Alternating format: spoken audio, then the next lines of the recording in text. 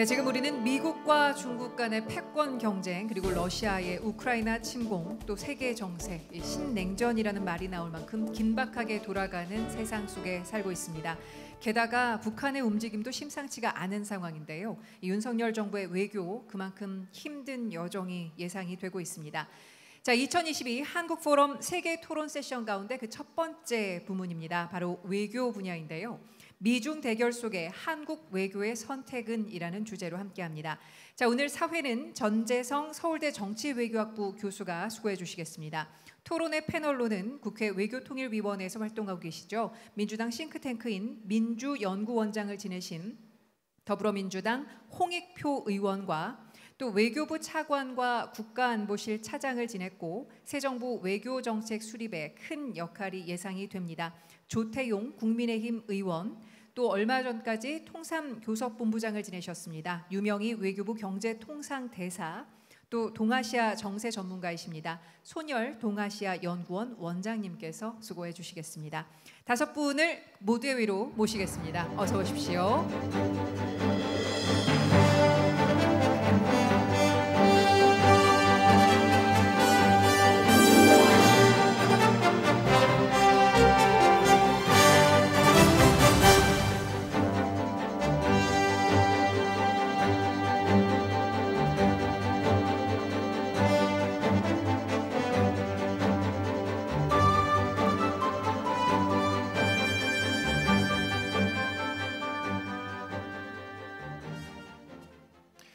네, 여러분 안녕하십니까? 오늘 외교 세션 사회를 맡게 된 서울대학교 정치외교학부의 전재성입니다.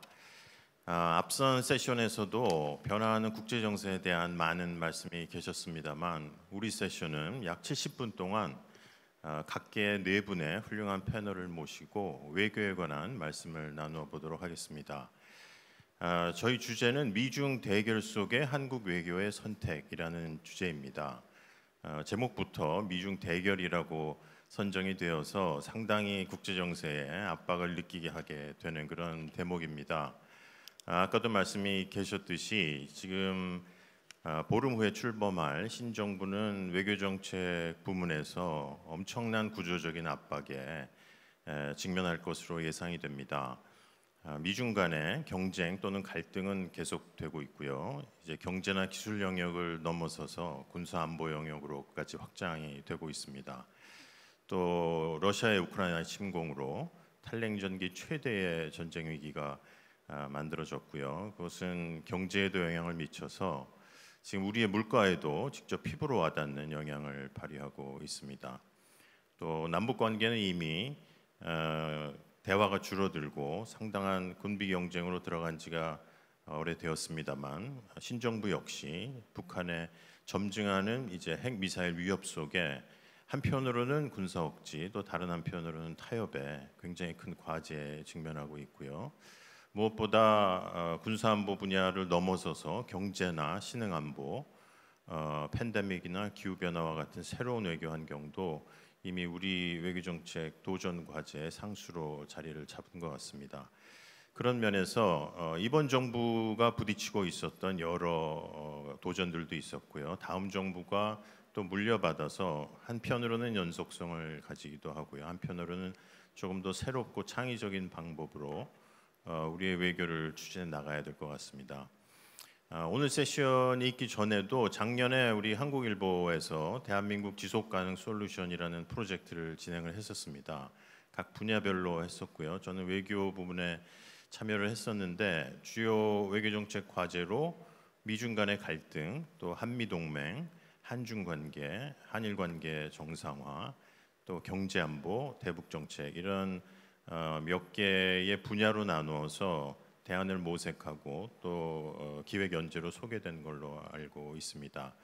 그런 주제들 속에서 오늘의 패널도 각각의 그 문제들을 점검을 해보고 무엇보다 다음 정부가 부딪히게 될 외교 정책의 도전 그리고 타개 방향에 대해서 우리 네 분 패널의 말씀을 청해서 듣도록 하겠습니다.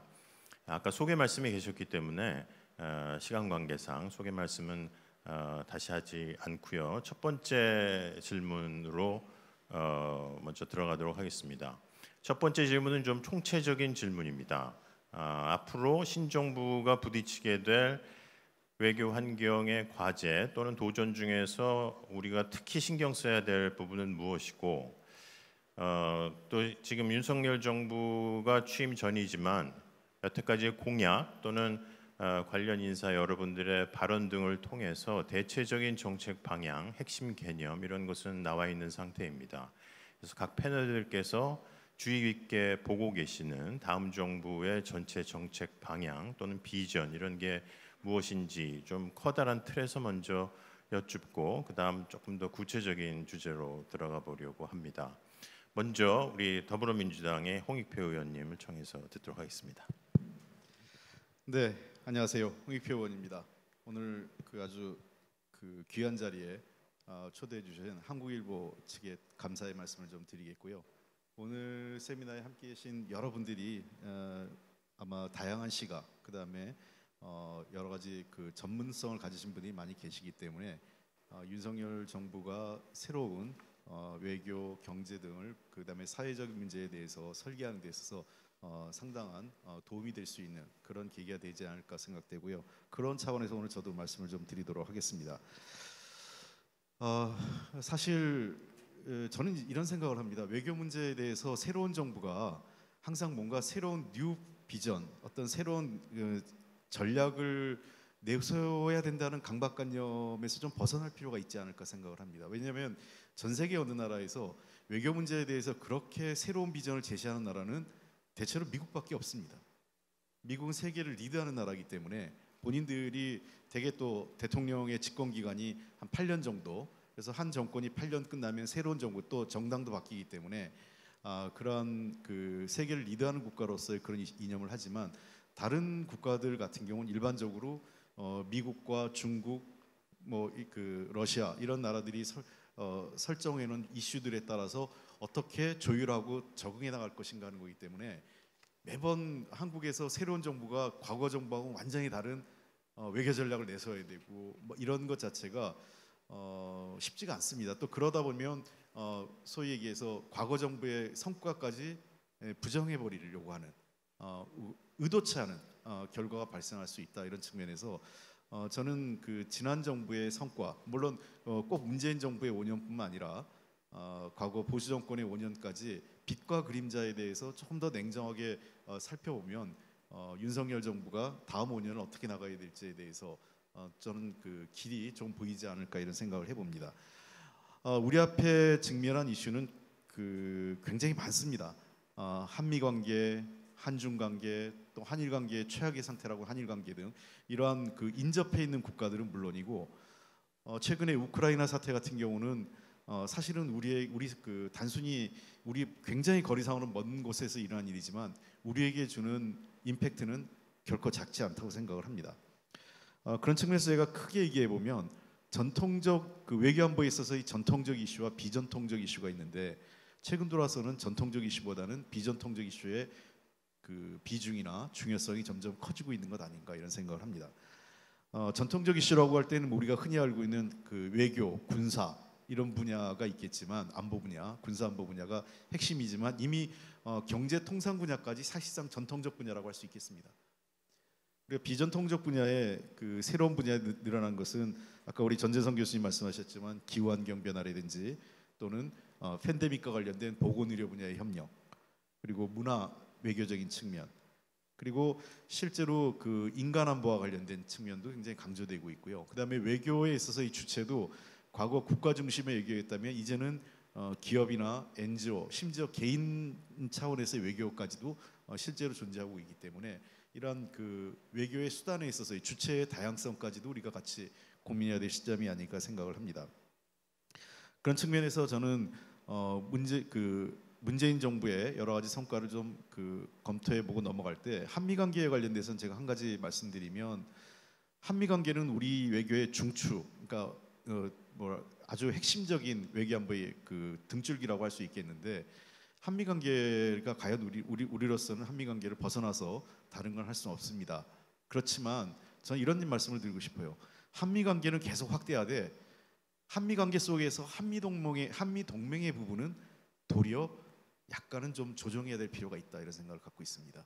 즉 한미 관계가 기존의 군사안보 중심의 동맹 관계에서 좀 더 포괄적인 협력 관계, 안보 협력 관계, 그다음에 그 안보 협력에는 최근에 새로운 이슈로 떠오르고 있는 기후 환경이나 과학 기술 분야 등 이런 폭넓은 분야까지도 확대되고 있기 때문에 한미 관계의 범위와 폭을 확대시키는 것과 그 과거의 전통적인 중심의 군사안보 중심의 동맹 관계로서의 그 확장을 하는 것은 좀 다른 측면이 있다고 생각을 합니다.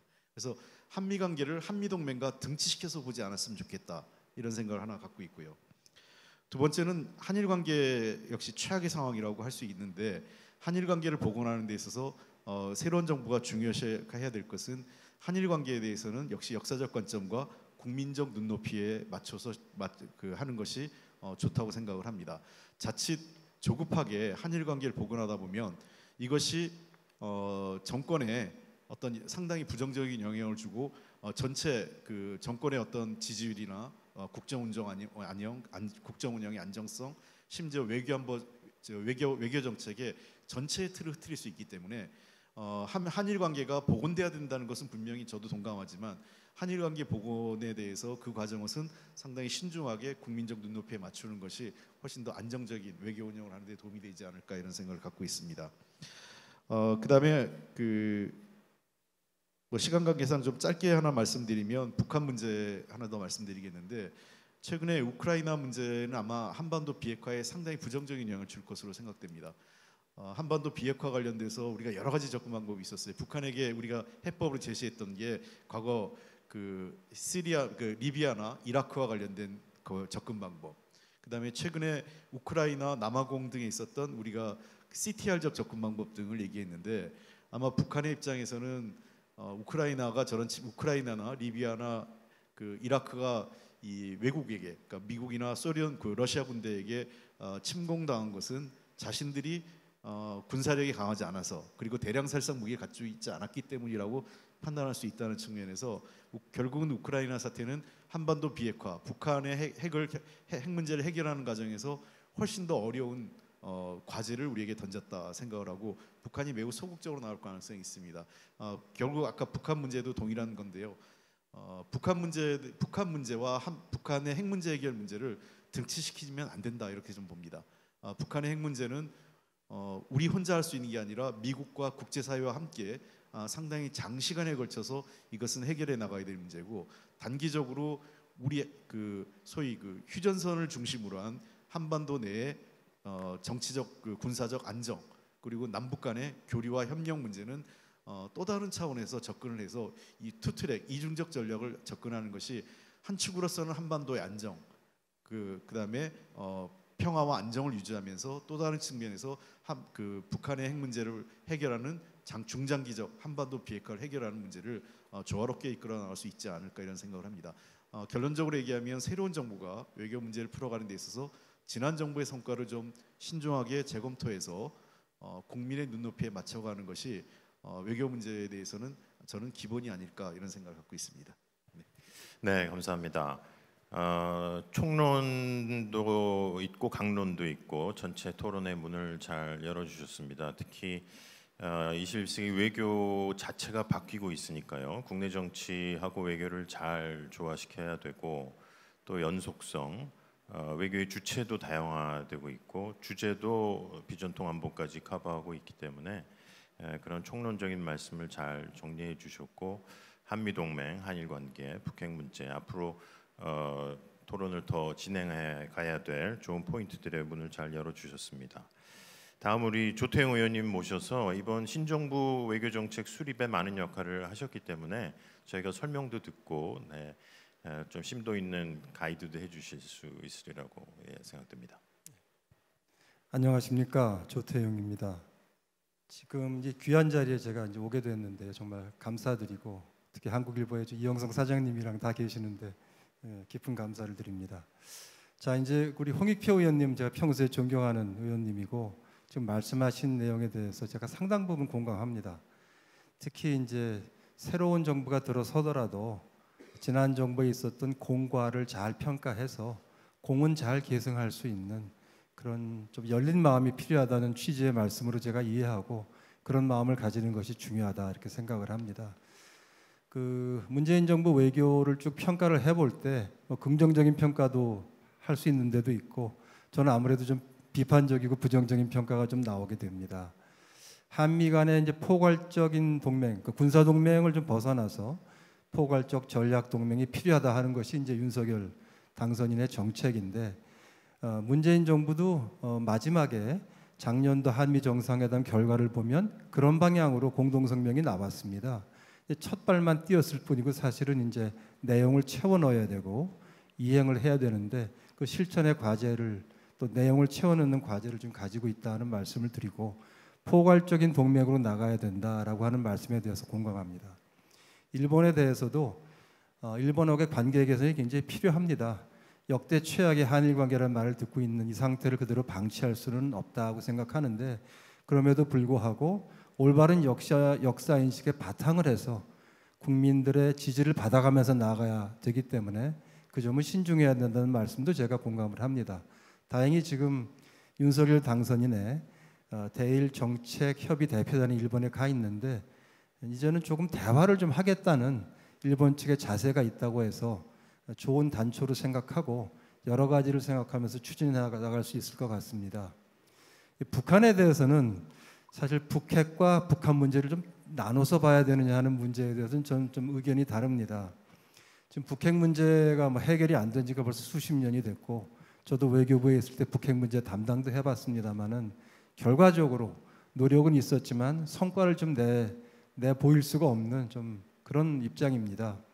북한이 핵을 완성하고 그다음에 이제는 대한민국 국민들을 볼모로 잡는 단거리 타격 능력과 전술핵을 지금 공공연히 김정은이 얘기하는 이런 상황이 됐기 때문에 이 북핵 문제가 사실은 우리 안보의 최대 위협이라고 하는 그 점이 날이 가면 갈수록 분명해지고 있는 것이 현실이 아닌가 이렇게 보고요. 트럼프 대통령 때 전에 없었던 김정은과의 정상 외교를 아주 모험적으로 추진을 했습니다. 정상 외교를 추진하는 자체는 저는 찬성입니다만은 하지만 비핵화 문제, 즉 북핵 문제에 대한 초점이 흐려진 결과 그렇게 많은 정상 외교, 3번의 정상회담에도 불구하고 북한의 비핵화라고 하는 주제에 있어서는 사실은 내세울 가시적 성과가 없다 하는 점도 교훈이 될 수 있을 것 같습니다. 윤석열 당선인이 내세우는 외교안보 정책은 우선 당당한 외교, 튼튼한 안보입니다. 특히 당당한에 초점이 맞춰져 있고 한미 관계는 포괄적 전략 동맹을 만들자. 일본과의 관계는 김대중 오부치 시대 2.0을 만들어 보자. 그 중국과는 상호 존중에 입각한 그러한 관계를 만들어 보자. 그 외에도 10가지의 그 외교 과제를 주요 과제를 발표한 바가 있습니다. 시간 관계상 제가 다 소개할 수는 없고 그 정책에 흐르는 어떤 그 흐름에 대해서 제가 한두 가지 말씀을 좀 드렸으면 좋겠습니다. 하나는 한반도의 갇힌 외교에서 세계를 향한 열린 외교를 가자는 것이 큰 흐름 중에 하나라고 생각을 합니다. 이 문재인 정부 5년 동안의 외교를 보면 사실 기억나는 게 주로 한반도에 관한 사항, 북한에 관한 사항뿐이 아닌가 하는 생각도 좀 들고 사실은 우리가 유엔 사무총장을 배출했던 자랑스러운 대한민국인데 얼마 전에 국제노동기구 ILO 사무총장 선거에서 56개 이사국 중에 2표를 얻고 저희가 낙선이 되는 그런 일까지 있었습니다. 이것은 사실은 포커스가 너무나 한반도에 갇혀 있기 때문에 그런 것이 아니냐는 생각을 저는 합니다. 그래서 좀 열려 있는 외교, 글로벌 대한민국의 위상을 회복할 수 있는 그런 외교가 필요하지 않겠느냐 그런 생각을 하고요. 두 번째는 아까 말씀드린 당당한 외교입니다. 특히 당당한이라고 할 때는 저희가 이제 작은 나라한테는 당당할 필요 없습니다. 큰 나라하고 외교를 할 때 얼마큼 당당한가가 당당함의 기준이 됩니다. 우리나라로 보자면 중국이 그 대상이 될 수가 있고 외교는 아니지만 북한이 그러한 대상이 될 수 있고 당연히 일본과 미국도 그러한 대상이 되겠습니다. 그리고 러시아도 마찬가지이죠. 그다음에 대북 정책에 있어서는 제가 보기에는 원칙 있고 균형 잡힌 대북 정책이라고 하는 것이 성격인 것 같아요. 왜냐하면 북핵 위협에 대해서는 단호하게 우리가 해야 될 일을 다 합니다. 엄정하게 대응합니다. 동시에 북한에 대한 인도적인 필요성이 생기면 인도적인 지원을 다른 문제하고 결부시키지 않고 하겠다는 것이 지금 윤석열 당선인의 입장인데, 과거에 보수 정부가 취해왔던 입장에 비하면 상당히 저는 전향적이라고 생각을 하고, 북한하고 얘기만 잘 된다면 사회 문화 교류나 또 방송이나 언론도 개방을 해서 교류를 하자고 하는 입장을 확실히 지금 내세우고 있습니다.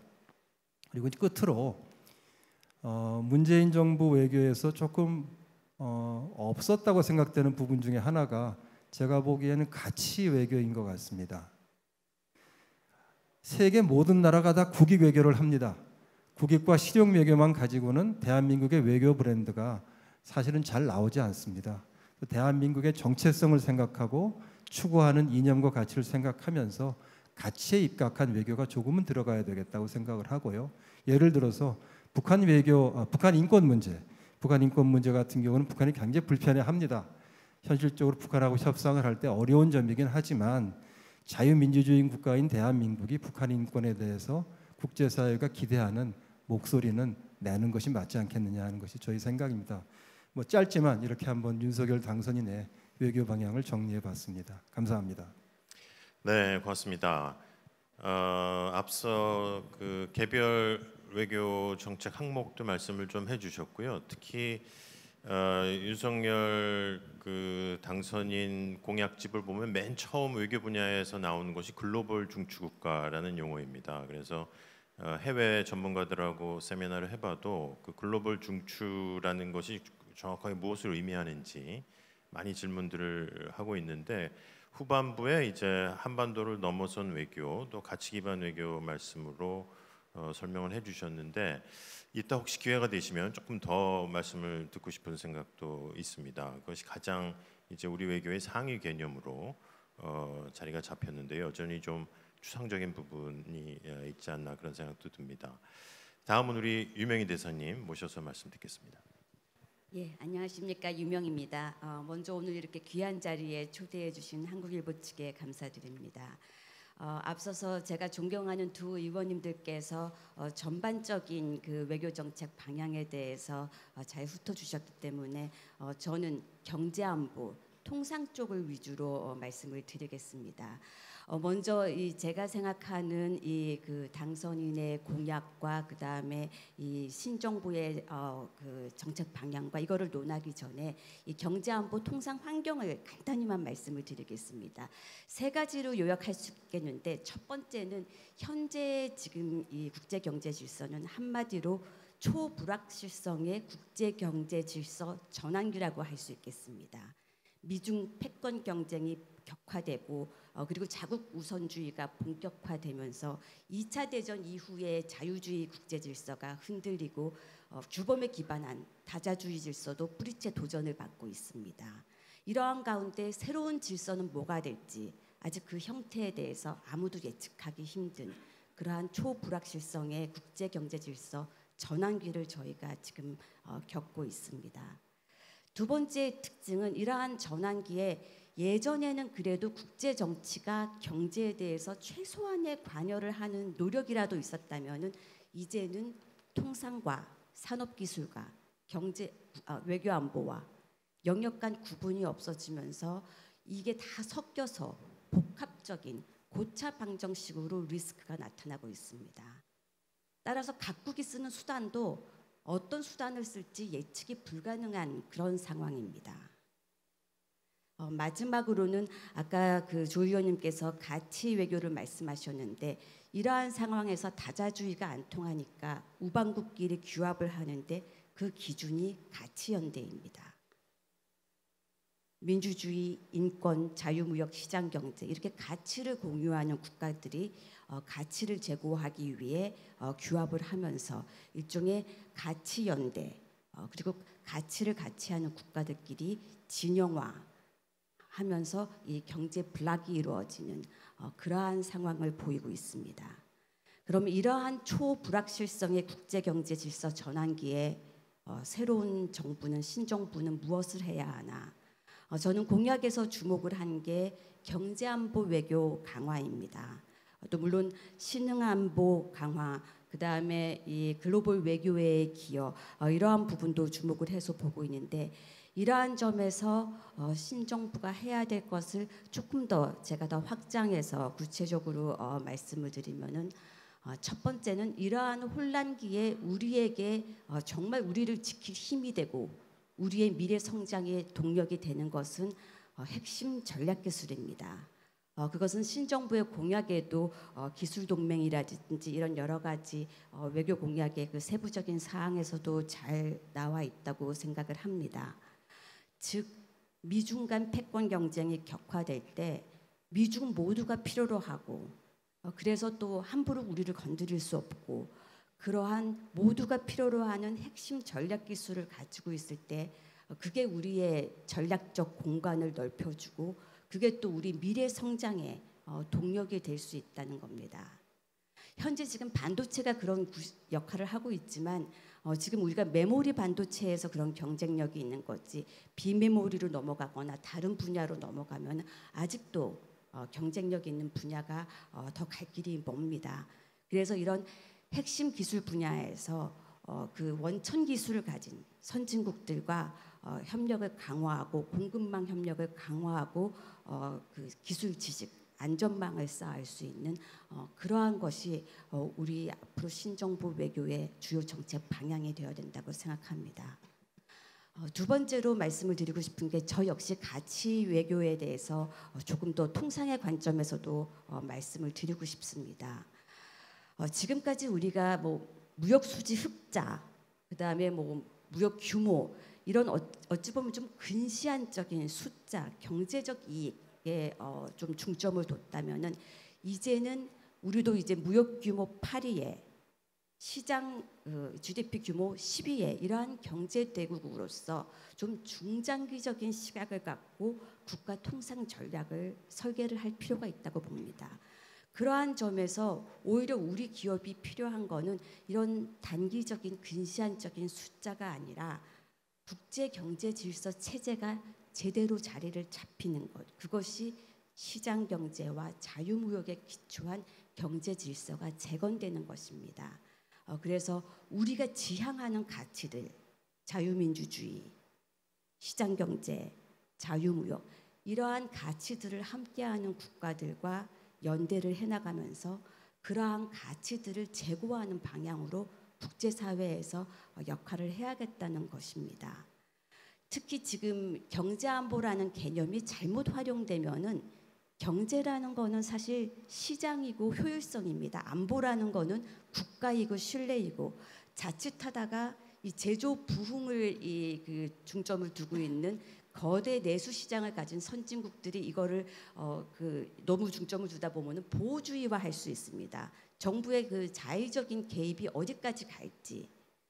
그러나 우리 기업에게 필요한 거는 그렇게 공급망이 단절된 그런 보호주의적인 세상이 아니라 공급망이 원활하게 흐르는 정말 이 연결된 이 세계 무대입니다. 그러한 점에서 우리가 이런 가치 연대에 정말 처음부터 뛰어들어서 함께 룰을 만들고 우리가 지향하는 가치들을 제고하는데 역할을 한다면은 정말 이 전환기에 새로운 국제 경제 질서를 만드는데 그러한데 정말 이 8위 무역 규모 국가로서 10위 경제 대국으로서 중요한 역할을 할 수 있다고 생각하고 그러한 역할로서 글로벌 외교에 기여하는 그러한 신정부가 되기를 기대해 봅니다. 이상입니다. 네, 감사합니다. 요즘 경제안보라는 이야기를 너무 우리가 많이 듣고요. 또 공급망에 관련된 많은 외교정책 논의를 듣습니다. 그런 면에서 지금 환경을 잘 평가를 해주신 것 같고요. 또 우리가 앞으로 그 위기를 맞을 수도 있지만 기회로 잘 활용을 해서 규칙을 제정하는 그런 그 선진국 외교랄까요? 그런 외교의 지평을 열어야겠다 그런 희망 섞인 말씀을 해주셨습니다. 다음 우리 손열 교수님 모셔서 말씀 듣겠습니다. 네, 방금 소개받은 손열입니다. 먼저 이 귀한 자리에 그 초대를 해주신 한국일보의 이영선 사장님 그리고 관계자분들께 감사를 드립니다. 그 모두의 사회자 분께서 이번 윤석열 정부의 외교 정책 리스트 이렇게 쭉 그 공약들 중에서 좀 그 눈길이 가는 것 혹은 주목되는 부분이 어떤 분야냐 이렇게 말씀을 하셨어요. 저는 조금 전에 말씀도 나왔습니다마는 제일 먼저 역시 눈에 들어왔던 것은 글로벌 중추국가인 것 같습니다. 글로벌 피봇이라는 것인데 그 첫 번째 느낌은 이게 과거에 우리 동북아 중심 국가도 있었고 글로벌 코리아도 있었고요. 실외 외교라는 지난 정부는 한반도 평화 프로세스 이런 것처럼 다음 그 윤석열 정부는 이게 글로벌 피봇이라고 하는 커다란 그 개념, 일종의 그 지도 개념 하에서 외교 정책들이 이렇게 짜여지는 것이 아닌가라는 생각을 하게 됐고, 과거에 뭐 역대 정부들이 다 그랬었던 것처럼 사실은 개념이 먼저, 그러니까 이 캠프 과정에서 개념이 먼저 주어지고 인수위와 새 정부가 들어서면서 이제 그 개념을 정교화하는 작업들이 이제 쭉 이루어지지 않습니까? 그래 왔기 때문에 지금도 이게 글로벌 중추국가 혹은 글로벌 피봇이라고 얘기를 하는 것에 대한 정확한 개념정의나 그것에 따른 하위 개념 이런 것들이 잘 정립되어 있는 것은 아니지 않느냐 하는 그런 그 인상은 받고 있습니다. 따라서 이것은 지금부터 만들어 나가야 되는 그런 개념 혹은 그 일종의 그 지도 개념, 그리고 이것이 이제 조작적 개념으로 그 구체화돼야 되는 것이다라고 생각을 하고, 그런 점에서 한 두세 가지 좀 그 말씀을 드리려고 합니다. 그 글로벌 중추국가 혹은 글로벌 피봇이라고 하면 이게 저희 뭐 과거에 오바마 정부 때 피봇 투 에이시아라고 나온 것처럼 이 글로벌 피봇은 이제 피봇 투 글로벌이라고 우리가 생각을 하게 되지 않겠습니까? 그러니까 그런 점에서는 아까 조금 전에 그 조태용 의원님께서도 말씀을 하셨지만 지난 정부, 그리고 저는 그 전 정부도 마찬가지라고 생각합니다. 지난 그 한 9년 동안의 정부는 피봇 투 한반도였던 것 같다. 주로 한반도 문제를 다뤘고 미중의 문제를 다룰 때도 이게 그 북핵 문제를 어떻게 해결할 수 있느냐라고 하는 그 어젠다 속에서 문제들을 풀어왔기 때문에, 따라서 오늘 이 대주제로 걸려 있는 미중 관계에 대한 시각도 상대적으로 취약했던 것이 사실이죠. 왜냐하면 중국이라는 거대한 대국을 어떻게 다뤄야 되느냐 하는 그런 사고보다는 북핵 문제를 좀 어떻게 해결하는데 중국의 도움을 얻을 수 있는가. 미국도 마찬가지고요. 그렇게 사고를 하다가 보면은 그 앞으로 10년뿐만 아니라 한 30년의 우리 국제 질서를 지배하는 혹은 한반도에 살고 있는 우리의 삶을 지배하는 가장 큰 변수 중에 하나인 미중 관계에 대해서 상대적으로 취약한 시각을 가질 수밖에 없었던, 그것이 일종의 그 피봇 투 한반도가 가져다주는 어떤 그 결과였다고 하면, 피봇 투 글로벌이라고 하는 것은 상당한 그 가능성을 갖고 있는 그 개념이고, 과거에 10년 전에 우리가 글로벌 코리아라는 것을 했습니다마는 한 5년 떠들다가 그냥 말았지 않습니까?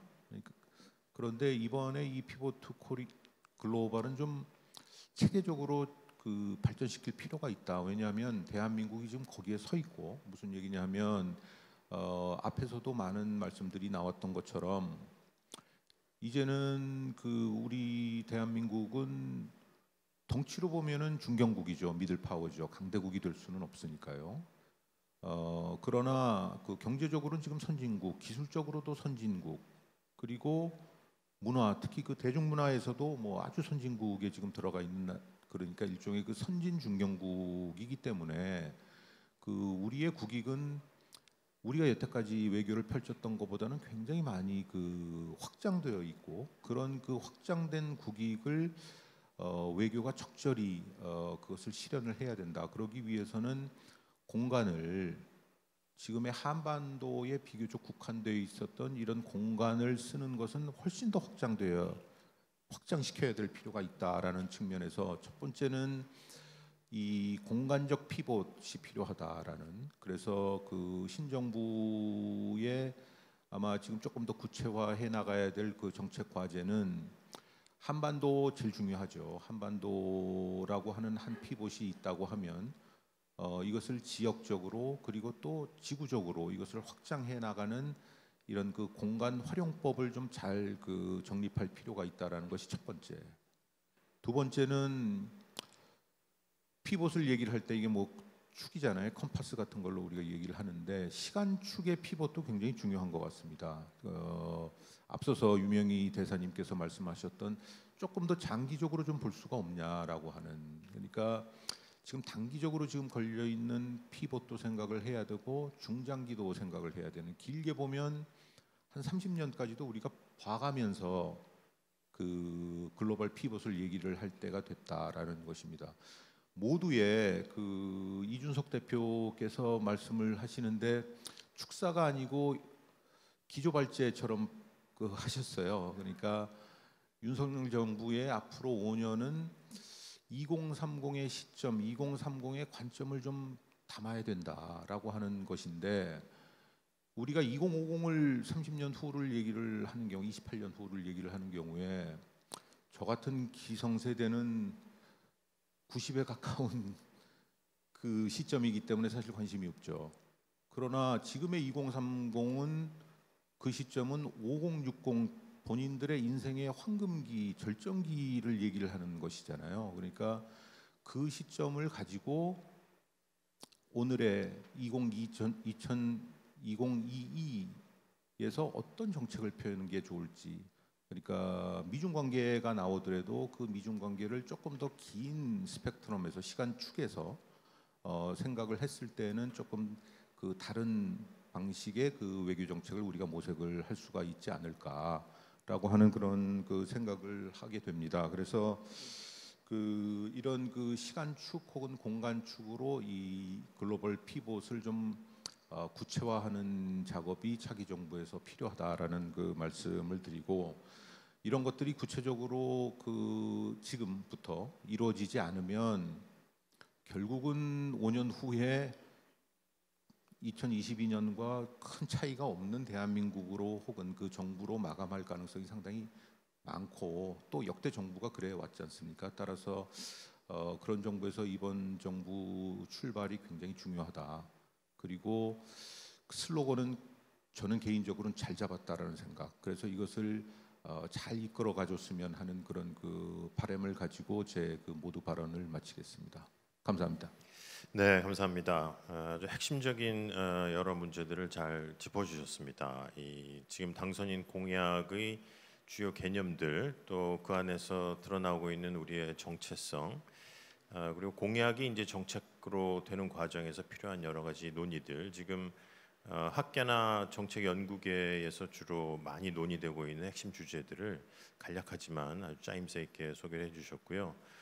두 번째 이제 질문으로 넘어가겠습니다. 두 번째는 저희가 역순으로 모시려고 해서 다시 손열 교수님부터 시작이 돼야 될 텐데요. 주제는 이 패널의 주제인 미중 경쟁에 관한 부분입니다. 우선 미중 관계를 어떻게 정의하느냐부터 상당히 논쟁적이죠. 이게 대결인지 갈등인지 또는 전략 경쟁인지 패권 경쟁인지 여러 가지 미중 관계를 보는 시각도 우리 정부에게는 매우 중요하고요. 그리고 우리의 전략은 무엇이어야 되는지, 과연 미국과 중국 중에 한 나라를 선택해야 되는 건지 아니면 어떤 입장을 선택해야 되는 건지, 뭐 해칭 전략을 써오기도 했지만 그 비용이 점차 높아져 가고 있기 때문에 지금 당선인 그 공약의 경우에도 전략적 모호성보다는 조금 더 선명성을 택해야 된다는 분위기가 있거든요. 그러면 그 선명성의 기초, 판단 기준이 무엇이 돼야 되는지, 또 각 분야별로 여기 우리 패널들께서 각 분야별 전문성이 있으시기 때문에 군사동맹 또는 뭐 인태경제 프레임워크 여러 가지 구상들이 지금 미중 관계에서 쏟아져 나오고 있는 그런 실정입니다. 그런 속에서 우리 신정부가 어떤 미중 관계 전략을 가져야 될지에 대해서 말씀을 청해 듣도록 하겠습니다. 송 교수님 부탁드립니다. 네, 뭐 이어서 또 말씀을 드려야 될 것 같은데요. 뭐 말씀을 드리는 김에 조금 전에 나왔던 미래 세대를 위한 외교 정책, 바이든 정부는 중산층을 위한 외교 정책 이렇게 얘기를 했었지 않습니까? 제가 이준석 대표님하고는 뭐 일면식도 없습니다. 그런데 그 말씀이 나왔기 때문에 미래 세대를 얘기를 한다고 하면, 그러면 아까 조금 전에 말씀드렸던 2050의 미중 관계를 생각을 하면서 지금의 미중 관계를 좀 따져볼 필요는 있지 않을까 하는 생각은 듭니다. 제가 지금 몸담고 있는 동아시아연구원에서 미중 관계의 미래에 대한 미래 전략에 대한 그 리포트를 냈는데, 그 결과를 잠깐만 좀 말씀을 드리면 또 뭐 많이들 알고 계시는 겁니다. 그러니까 2030 지금 한 2028 정도까지 내려왔는데 미중 간의 경제 규모가 그중 앞으로 한 6년 후면 백중지세로 가지 않느냐라고 하는 거. 군사비로 가게 되면 지금 뭐 압도적으로 미국이 군사비를 많이 쓰고 있는데 중국에 비해서 3배를 많이 쓰고 있죠. 그것이 거의 한 8대7 정도로 2050이 가면, 그러니까 2040 정도면 3대2까지 육박을 하고 2050이면은 8대7, 그러니까 중국이 7이죠. 그렇게 되면 군사적으로 직접적으로 갈등과 대결을 벌일 가능성은 상당히 높아지는, 그렇게 되면 대강 앞으로 한 6년 후 정도부터 20년은 정말 20년의 위기가 오는 게 아니냐. 근데 여기에는 전제가 있습니다. 미국과 중국이 현재와 같은 전략을 고수하는 경우, 다시 말해서 우리 전재성 교수님께서 말씀을 하셨지만 미국은 뭐 중국에 대해서는 경쟁 전략을 분명히 하고 있는 것 같아요. 그리고 오늘 타이틀도 지금 저렇게 잡혀져 있기 때문에 중국도 신형 대국 관계라고 해서 미국과는 협력을 하겠다, 그리고 전략 경쟁이라는 말 쓰지 말자라고 하지만 사실상은 그 미국과의 그 패권 각축을 지금 벌이고 있고 그런 그 확장 정책을 지금 벌이고 있기 때문에 지금 시진핑 정부나 혹은 미국의 바이든 정부, 그 이후 정부도 마찬가지겠지만 현재의 노선을 고수하는 경우에는 저는 2030에서 2050은 상당히 그 경랑의 20년이 될 거라고 봅니다. 그렇게 되면 전쟁이 일어날 것이냐 하는 것인데, 지금 핵을 갖고 있는 두 국가가 핵전쟁을 벌이지는 않겠죠. 그러면 과거의 미소의 경우처럼 한 20년 핵경쟁을 벌이고 그 아임스 레이스를 벌인 다음에 서로 간에 일정한 포인트에 갔을 때, 그러니까 우리가 그 상호 확증 파괴라고 얘기를 하는, 그러니까 더 이상 상대방을 공격할 수 없는 상태로 서로가 그것을 인정을 하는 경우에는 그때부터 타협과 군축의 길에 가게 됩니다. 그러면 뭐 전쟁이 안 나는 거 아니냐, 그럼 괜찮지 않냐, 이렇게 우리가 바라볼 수는 없죠. 왜냐하면 냉전의 20년의 코스트를 전 세계가 치렀던 것처럼 앞으로 미중 경쟁이 지금처럼 간다면 20년의 미중의 경쟁과 대립과 갈등을 전 세계가 고스란히 그 비용을 치러야 되는, 우크라이나가 비용을 치르듯이 그런 세상이 오지 않도록 그 새로운 세계 질서를 좀 짤 수는 없는 것이냐. 미중이, 그리고 한국과 같은 중견국, 글로벌 피봇 국가들이 힘을 합쳐서 원치 않는 그런 그 비용을 지불하면서 미중 경쟁을 하게 되는 그런 세상이 오지 않도록 새로운 질서를 만들어 나가는 것이 필요하고, 그 시점은 20년, 30년 후가 아니라 바로 지금부터 시작이 되어야 된다라는 생각을 하게 됩니다. 따라서 그런 새로운 질서를 만들기 위해서 우리가 미국과는 어떤 협력을, 그리고 중국과는 어떤 협력을 펼쳐야 될지, 이것이 단순히 미국 쪽에 서야 되느냐 중국 쪽에 서야 되느냐, 혹은 우리가 현재의 그 윤석열 정부에 대한 비판적인 시각으로 윤 정부는 친중에서 친미로 가는 거 아니야?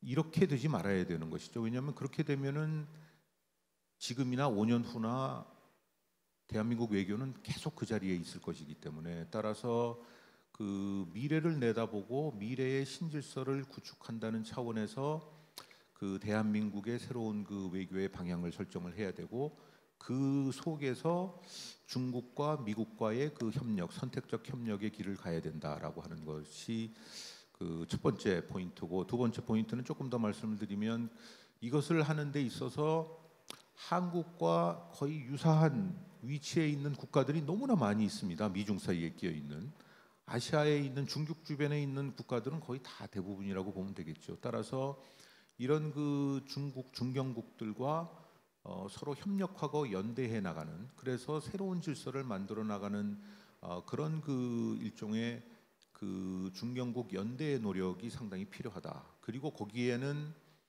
일본이 대단히 중요한 국가라고 생각을 합니다. 일본을 빼고 우리가 이런 것을 할 수가 없고, 일본은 또 한국을 빼고 그 일본의 전략을 추구할 수가 없기 때문에 따라서 일본이 제가 생각하기에는 현 정부의 글로벌 중추국가 혹은 글로벌 피벗 스테이트를 추진하는 데 있어서의 일종의 시금석이 되지 않겠냐. 그래서 그 앞서서 저희 그 패널 그 의원님들께서 대단히 신중하게 접근을 해야 된다라고 하는 것에 대해서는 제가 전적으로 동의를 합니다. 그러나 신중하게 접근을 하는 동시에 일본과의 협력은 장기적으로 보면 이것은 적극적으로 지금 풀어나가지 않으면 글로벌 중추국가는 어떻게 보면은 공연불로 끝날 가능성이 상당히 있지 않느냐. 그런 측면에서 그 일본 문제에 대한 그 주의를 좀 환기하는 것으로 제 그 발언을 마치겠습니다. 네, 감사합니다. 미중 관계에 대한 우리 전략의 어떤 담론의 기초랄까 이런 아주 근본적인 문제를 제기해 주셨고요. 또 중견국 연대 그 속에서 한일 관계를 또 새롭게 보는 관점을 제기해 주셔서 한일 관계 개선의 필요성을 또 다른 측면에서 잘 일깨워 주신 것 같습니다. 그러면 유 대사님 모셔서 말씀 듣겠습니다. 예. 제가 사실 손 원장님 말씀하신 부분과 좀 겹치는 부분도 있을 수 있고 앞에서 한 얘기와도 좀 겹칠 수 있는데, 일단 우리가 지향해야 될 그 과제 방향 세 가지 말씀드린 후에 각 그 국가별로의 전략도 조금 더 추가해서 말씀을 드리겠습니다. 아까도 제가 말씀드렸듯이 우리의 미래를 위해서 아까 이제 2050 이렇게 말씀도 하셨는데, 우리의 미래를 위해서 정말 국익만의 관점에서 볼 때 필요한 것은 미래의 성장 동력이 될 정말 핵심 전략 기술의 확보입니다. 그래서 그러한 이 선진 기술 협력을 강화할 수 있고, 그러한 데 지식 안전망과 공급망 협력을 강화할 수 있는 그러한 그 이 국가들, 그러한 부분과 이제 협력을 강화해야 된다는 거는 이제 국익 측면에서 굉장히 중요한 과제인데, 아까 또 조 의원님 말씀하셨듯이 국익만 전면에 내세우고 그것만 하는 외교로 그만두기에는 우리가 이미 세계에서 8위의 무역 규모 국가로서 10위의 경제 대국으로서 그에 걸맞는 책임을 해야 될 때가 됐습니다. 그러한 점에서 가치 외교, 가치 통상을 해야 된다는 점에서 볼 때 정말 어떠한 선택의 순간에 진영화가 되고 블록화가 될 때 우리의 그 기준은 자유민주주의, 시장경제, 자유무역, 이러한 가치를 제고하는 쪽이 우리의 선택의 기준이 되어야 될 것 같고, 어떠한 그러한 그 진영에 들어가더라도 그러한 또 가치를, 보편적인 가치를 세계적으로 높일 수 있는 방향으로 우리가 활동 공간을 넓히면서 기여를 해야 될 것 같습니다. 아까 이 두 가지를 말씀을 드렸는데 조금 더 부연해서 세 번째를 추가하면은, 단지 이 가치의 진영과 연대하고 여기에 들어가는 데 그치는 것이 아니라 우리의 역할은 이 모든 것이 다 연결되어서 그게 예전과 같은 세계화는 아닐지라도, 예전과 같은 다자규범과 국제경제 질서는 아닐지라도 원활하게 흐르는 공급망이 우리에게는 정말 가장 넓게 활약할 수 있는 무대이고 공간입니다. 요새 뭐 세계화의 종말을 얘기하는데 그렇게 얘기할 수 있는 국가들도 있겠지만 세계화의 위기는 우리나라 경제의 위기입니다. 우리는 세계화의 대표적인 수혜자입니다. 그래서 그동안에 나왔던 부족한 점이나 문제점을 보완할지라도 새롭게 연결되는 그러한 국제 경제 질서의 재건이 가장 필요한 나라가 우리나라입니다. 그리고 그거를 이제는 할 수 있는 역량이 되는 국가입니다. 우리가. 그래서 이러한 가치의 연대에 들어갈지라도 거기에서 머무르지 말고 그거를 바탕으로 그 내에서 다시 국제 경제 질서를 이어나가는, 막힘없이 흐를 수 있도록 이어나가는 그런 역할을 우리가 해야겠다. 그래서 그러한 그 세 가지 방향, 핵심 전략 기술과 가치와 그리고 그 가치를 통해서 국제 경제 질서를 재건하는데 어떤 선도적인 주도적인 역할을 하는 그러한 것이 미중 관계 하에서 우리가 지향해야 될 과제와 방향이 아닌가 생각합니다. 이렇게 중장기적인 방향을 먼저 말씀드리는 이유는 미중 간의 갈등과 경쟁이 단기적이고 일시적인 현상이 아니라 보다 근본적인 구조적인 문제에 기인하기 때문에 이 변화한 역학관계를 이 바탕으로 일어난 상황이어서 이 관계 재정립이 이루어지는 어느 순간까지 상당 기간 지속될 수밖에 없기 때문에 그 기간에 어떤 우리의 좌표가 되어야 되지 않을까 싶어서 이 세 가지를 먼저 말씀을 드렸습니다. 조금 더 구체적으로 약간 국가별로 조금 이제 사항을 말씀드리면은 미국과는 지금 신정부에서도 이런 그 기술 협력, 공급망 협력해서 반도체, 배터리, 그 6G 바이오 이런 중요한 그 첨단 산업 기술 분야 공급망 협력을 강조하는데 굉장히 중요한 분야라고 생각을 하고 여기에 한 가지 또 추가해서 저는 요새 미국이 주도하고 있는 인도 태평양 경제 프레임워크에 대해서 우리가 논의 초기 단계부터 적극 가입해서 이 논의를 아태 지역에 정말 새로운 경제 질서로 포용적이고 개방적이게 자리 잡을 수 있게 정말 미국과 함께 그 질서를 만들어 나가는데 주도적인 역할을 해야겠다는 말씀을 강조하고 싶습니다. 제가 사실 2006년도에는 한미 FTA 원 협상을 했었고 그다음에 트럼프 정부가 들어서고 나서는 한미 FTA 재협상 수석 대표를 했었습니다. 제가 2006년도에 그 한미 FTA 원 협상을 할 때 서비스 분과와 이 공기업 경쟁 분과장을 하면서 미국이 이 규범 분야에서는 미국의 문안을 들이밀고 이게 우리의 그 모델 텍스트 모범 문안이니까 이거를 그대로 딴 나라들도 다 받았다. 이거를 받아라 이랬을 때 우리나라의 여러 가지 요구나 우려 사항을 반영하도록 애쓰면서 미국에게 얘기한 말이 있습니다. 미국 측의 모델 문안은 알겠는데 한국의 우려와 한국의 요구를 반영해서 이 타협안을 만들어내지 못하면은 아시아나 세계에 미국이 이 문안을 확산을 시키지 못한다. 한미 FTA에서 머물 게 아니라 미국이 아시아와 세계로 나가고 싶으면은 한국과 함께 문안을 만들어야 된다. 이런 얘기를 하고서 함께 미국의 모델 텍스트를 바꿔가면서 협상을 타결했던 기억이 납니다. 지금 현재 이 인도 태평양 경제 프레임워크에서 미국에게 또 중요한 과제는 아세안이라든지 이런 아태 지역의 참여국을 확대하는 겁니다. 저는 거기에 정말 한국이 기여를 할 수 있다고 생각을 합니다.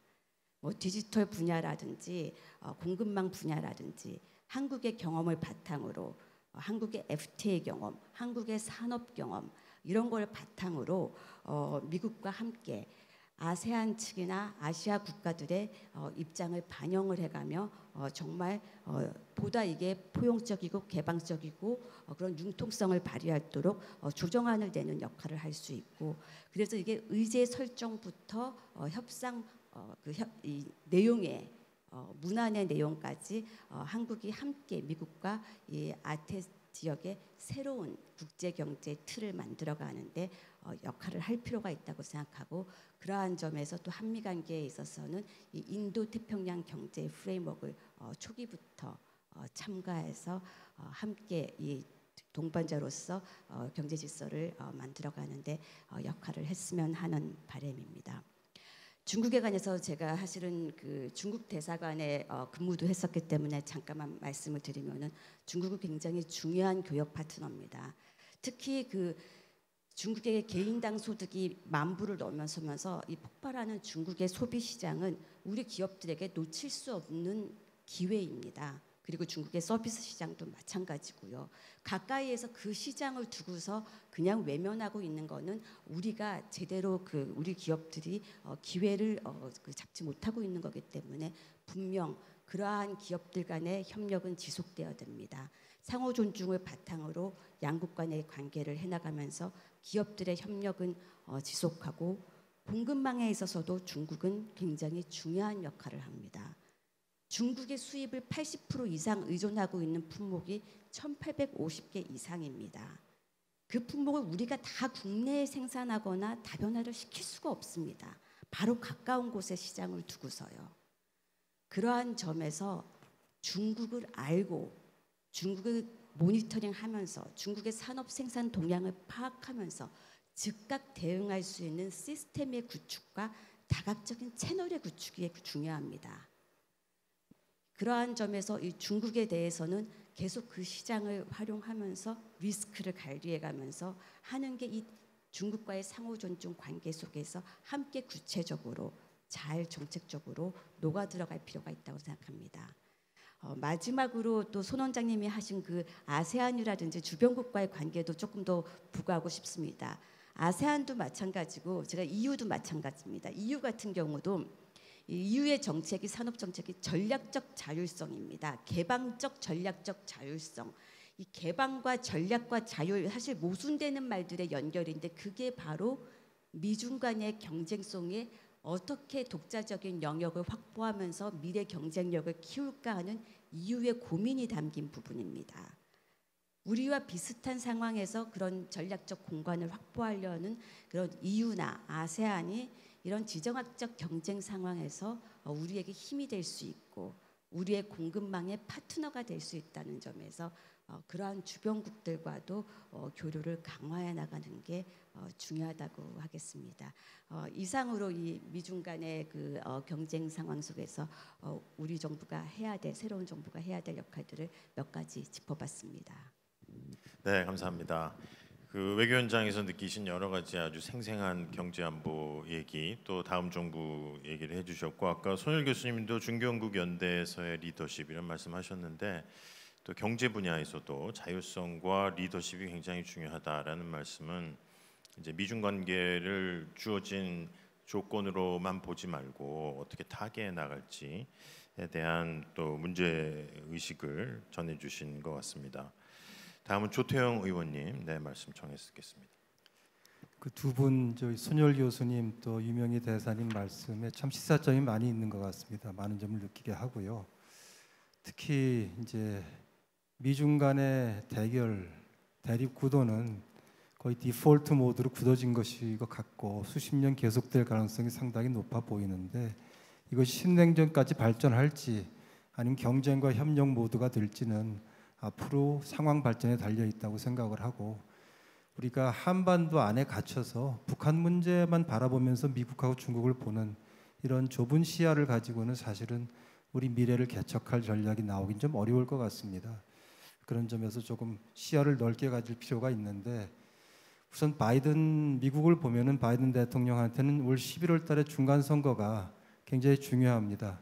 이 중간 선거에서 만일에 민주당이 지게 되면은 바이든 대통령의 재선 출마 가능성이 현격하게 줄어들고 그 다음에 2년 뒤에 미국 대통령 선거에서 누가 이길지 어쩌면 공화당 후보로 한미 동맹을 경시하는 트럼프 대통령이 돌아올지도 굉장히 저희한테는 큰 리스크 팩터가 있다고 생각하고요.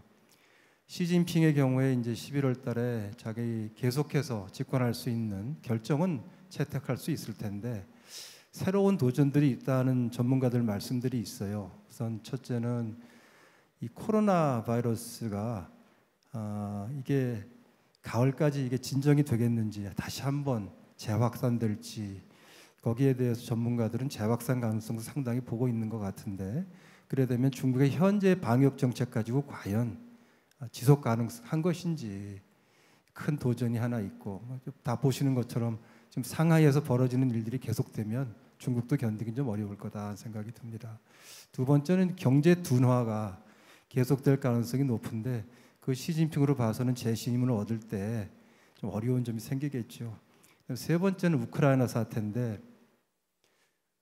이제 푸틴 대통령이 군사적 모험주의를 한 것이죠. 초반의 결과를 보면은 러시아가 군사적으로 패배하는 가능성은 많지 않지만 푸틴 대통령이 생각했던 전략적인 목표를 달성하지 못한 채 전쟁이 끝날 가능성은 높아 보입니다.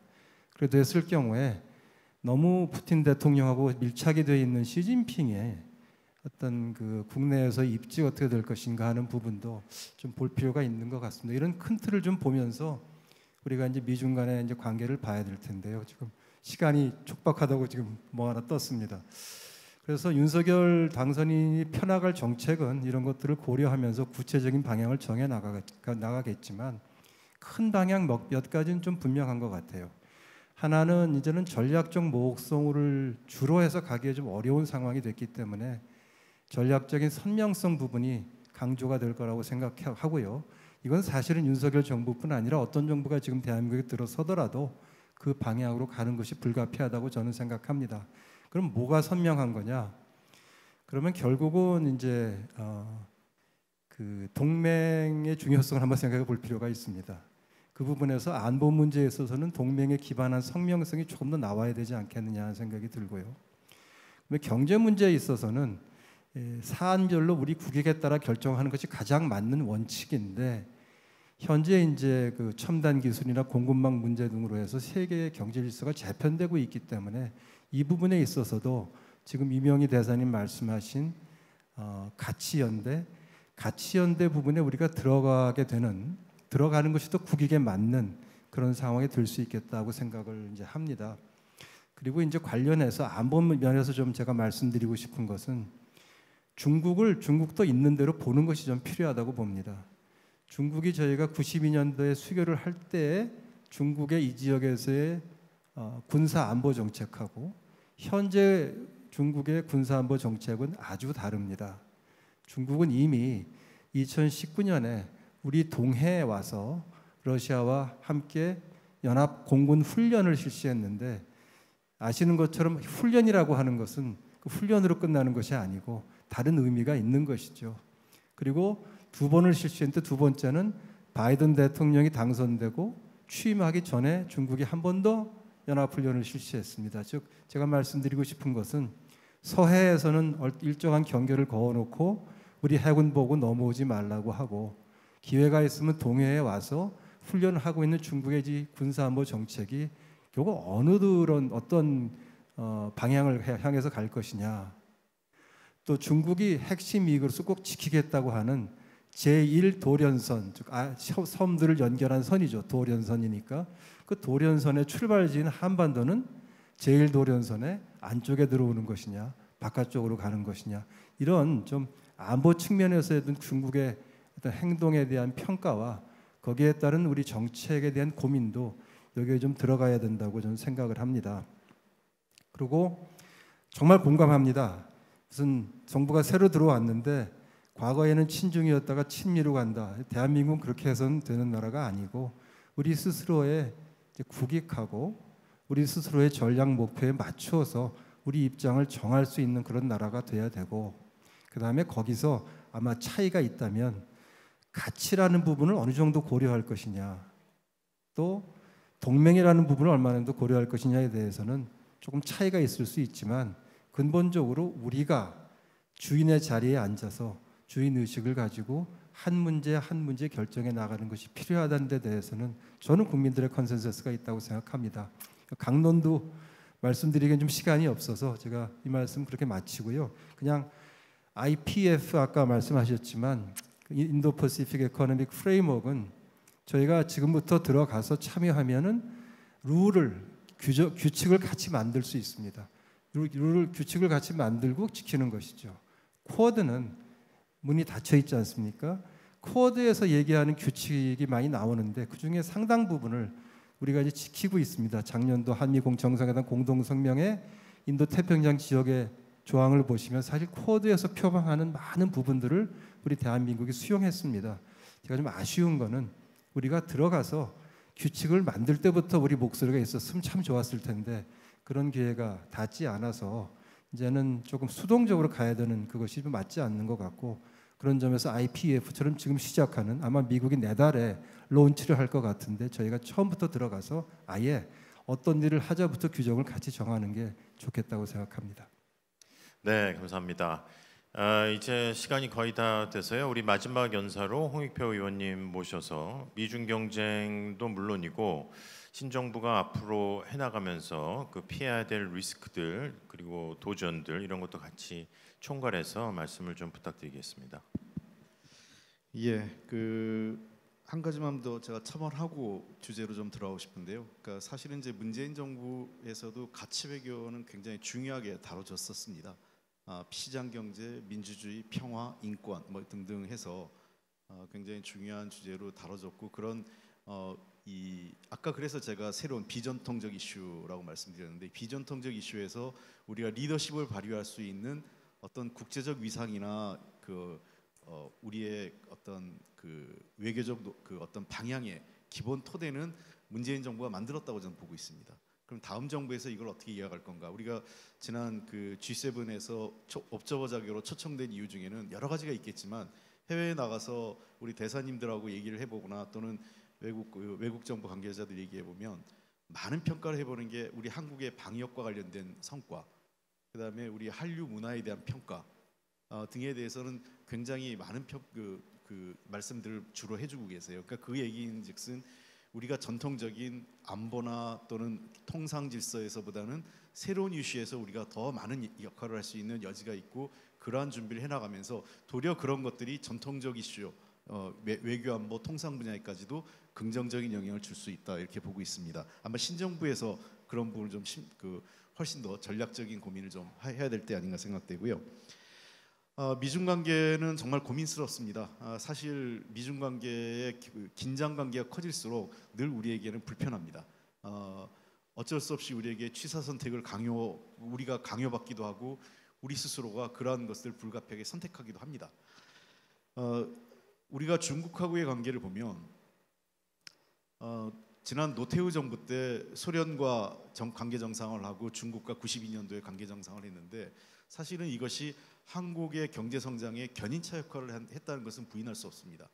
92년도 한중 외교 정상화 이후에 우리로서는 98년도 7년도 98년도 IMF 경제 위기를 맞았죠. 굉장히 어려운 상황이었는데, 그 시기에 우리가 경제 위기를 극복하고 빠르게 도약할 수 있었던 것은 뭐 내부적으로 벤처 투자, 뭐 여러 가지 벤처 혁명 등도 있었지만, 실제로 중국과의 교역 관계에서 우리가 거둔 막대한 수익이 이 한국 경제를 회복하는 데 견인차 역할을 했다는 것은 부인할 수 없었습니다. 운 좋게도 그때는 중대만 관계가 매우 나빴던 시기였고요. 우리하고 경쟁 관계에 있을 만한 대만이나 상대적으로 일본보다는 우리가 중국과의 관계가 굉장히 원만했던 시기였기 때문에 중국으로부터의 경제 성장 효과를 빠르게 흡수했습니다. 근데 이게 빛과 그림자가 있었죠.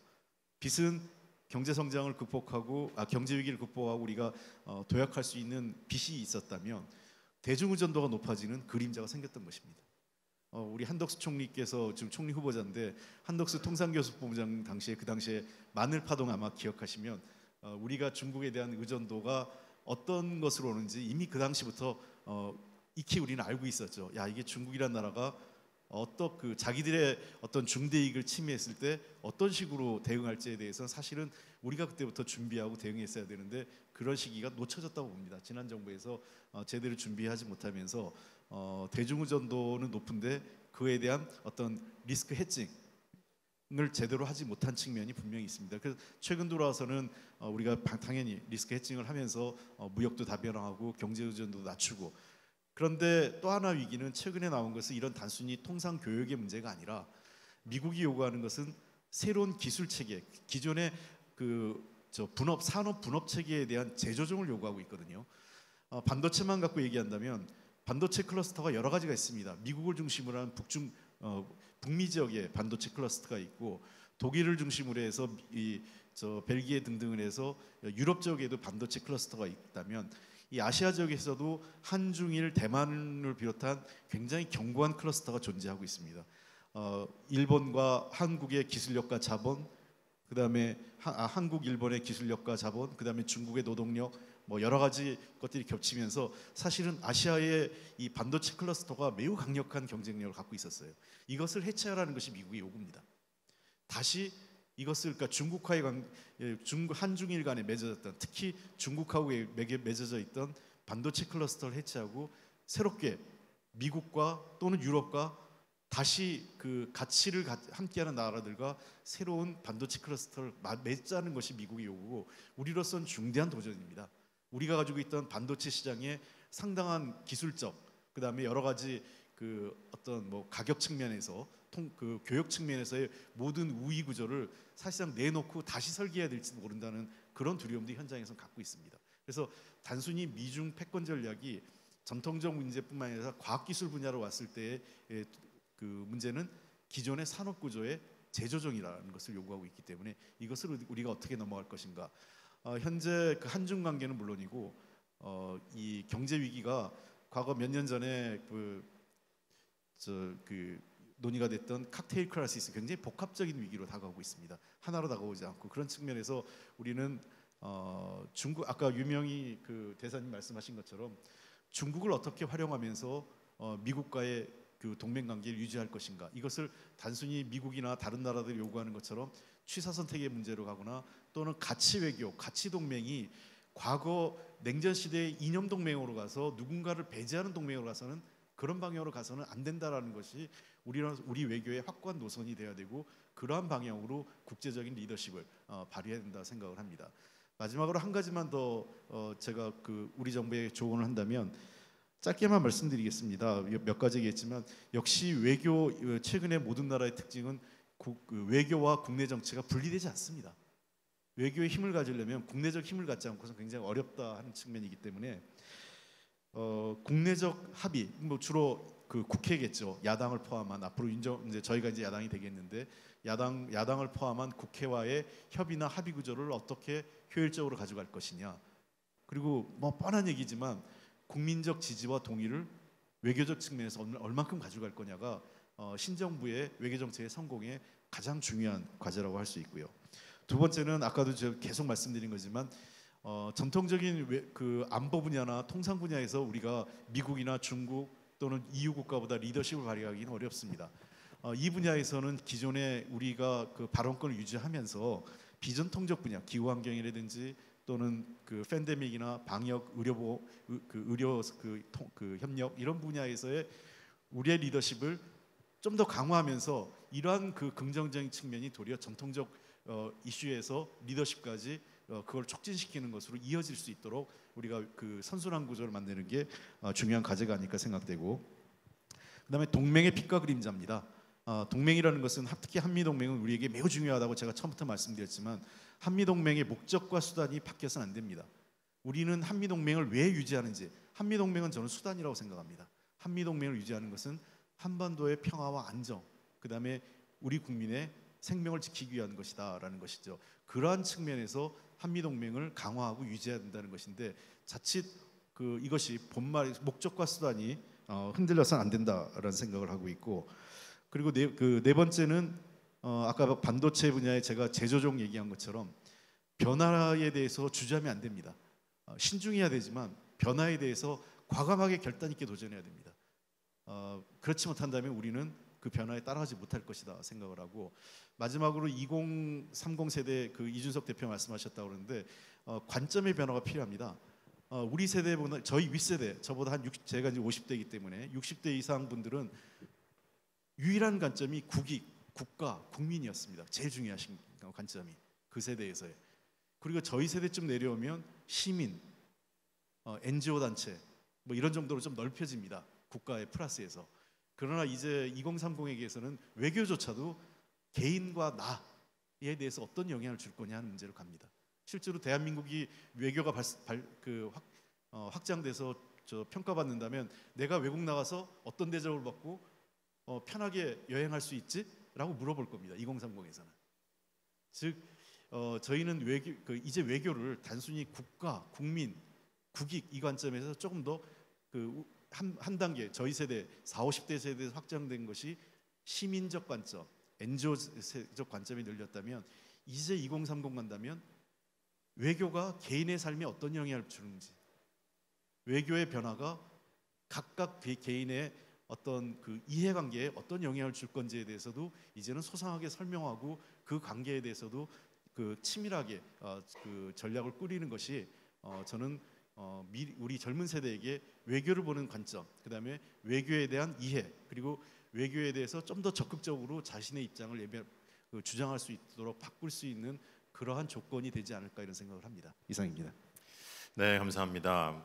하실 말씀은 훨씬 많으실 텐데 시간 관계상 다 말씀을 못 하셔서 아마 다음번 한국 포럼을 또 열어주시면 또 좋은 말씀을 들을 수 있을 것 같습니다. 오늘 말씀은 신정부 정책 지원으로 잘 전달될 것이라고 믿고요. 오늘은 외교 세션 이것으로 마감하겠습니다. 감사합니다. 네, 다시 한번 열띤 토론을 펼쳐주신 5분께 큰 박수를 부탁드립니다. 수고 많으셨습니다. 감사합니다.